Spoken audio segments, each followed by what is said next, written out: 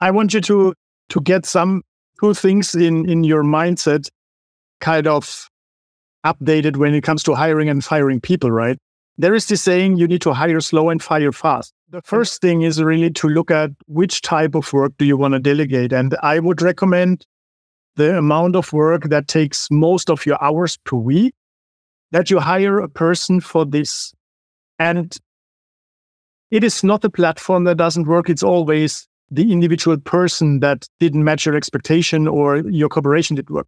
So when you define the activity that you want to delegate, the next step is really to use the role definition template that you have and define the role properly, right? So what are the responsibilities? What should the person do? What is the accountability? For example, in your case, the person is accountable for the code quality, for his or her own code quality. When do you want the person to be available? What's the maximum hourly rate? From this role definition, there is a template to create a job post, right? You just fill the placeholders. Then you transform your role definition into a job post. And then you post the job. And after that, you have a list of interview questions. You ask them these interview questions, and I guarantee you, you will feel and see if this person is a good fit or not based on the results, on the answers you get.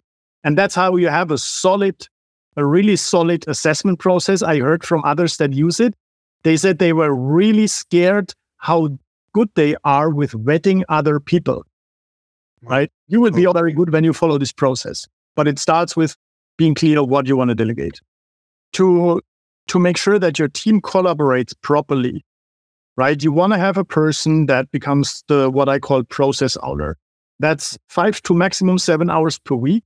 But this person has a planning meeting on Monday with the team, daily on every day of the week to find if there are blockers or issues that need to be solved in the team. If all work that is in the backlog is assigned to people, right? And then on Friday, they present the result.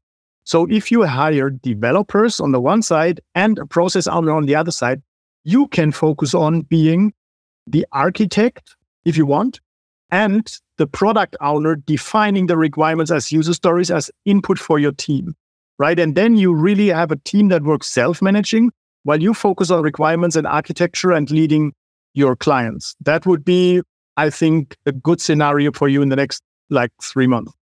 When you want to build a business and grow it, that's definitely something you need. You need to find a system and a team that allows you to develop trust, right? Because if you are always deep in the details, doing either coding yourself or reviewing the work, you will never be able to step back and grow your business because it takes so much time and brain energy. So what would be a good idea is if your team uses, for example, pull requests and reviews each other, right? And then you just trust the team and accept there will be failures, but there will always be failures, just not very critical failures as you have quality assurance built in systematically. If you want to layer something on top for quality assurance, you could use Sonar Cloud, because that is an automation tool in the cloud that does some kind of code review and code metrics. Additionally, peer reviews. If you use GitHub and GitHub Actions, on top of that, Sonar Cloud, and with merge requests, Sonar Cloud checks the code quality and another team member checks the code also. The good thing is that you also transfer knowledge, because when your team reviews each other, they know what the other person did and is able to take over when the person gets sick, for example. That's another big benefit, right? Then you say, hey, look, we have two options to find out if we are a good fit. Either we agree on a test task, so you can see if the input I give you is okay for you and the way I communicate is okay for you. And I can see if the results and the way of working is okay for me, right? Or we can just start and I hire you and we agree on a test period of 3 to 6 months. And then we make a decision if we feel we are both a good fit. What would you prefer? That's something how I would do it. I want you to get some two things in your mindset kind of updated when it comes to hiring and firing people, right? There is this saying, you need to hire slow and fire fast. And that doesn't mean you should kick out people immediately when they do failure.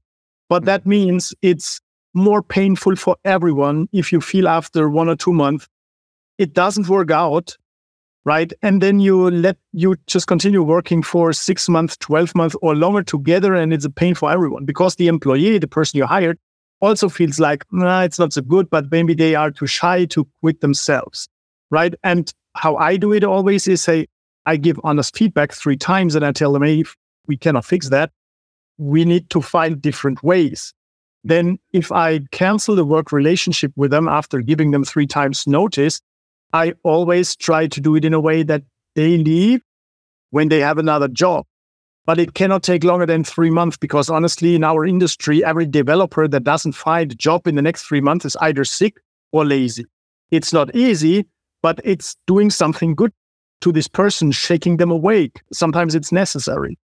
You need to hire for attitude and for cultural fit rather than for skill, because you can train almost any skill, hard skill. But if a person is lazy, not motivated, doesn't want to do the job, doesn't want to communicate, is not honest, right? It takes decades to change a person, if possible at all.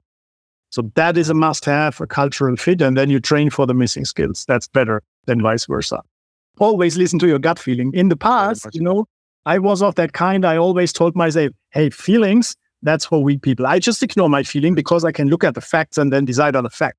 And it was always wrong. When my gut feeling was, it's not good, don't do that. And I say, okay, shut up. I do that because I'm bold. It was always bad experience. Thank you so much for watching. If you want to move to the next step, you can start with the resources I linked below this video. If you enjoyed this video, please like it below and share it. It will help to support this channel and create more helpful content for you regularly and make our digital work world a better place. Cheers and see you soon.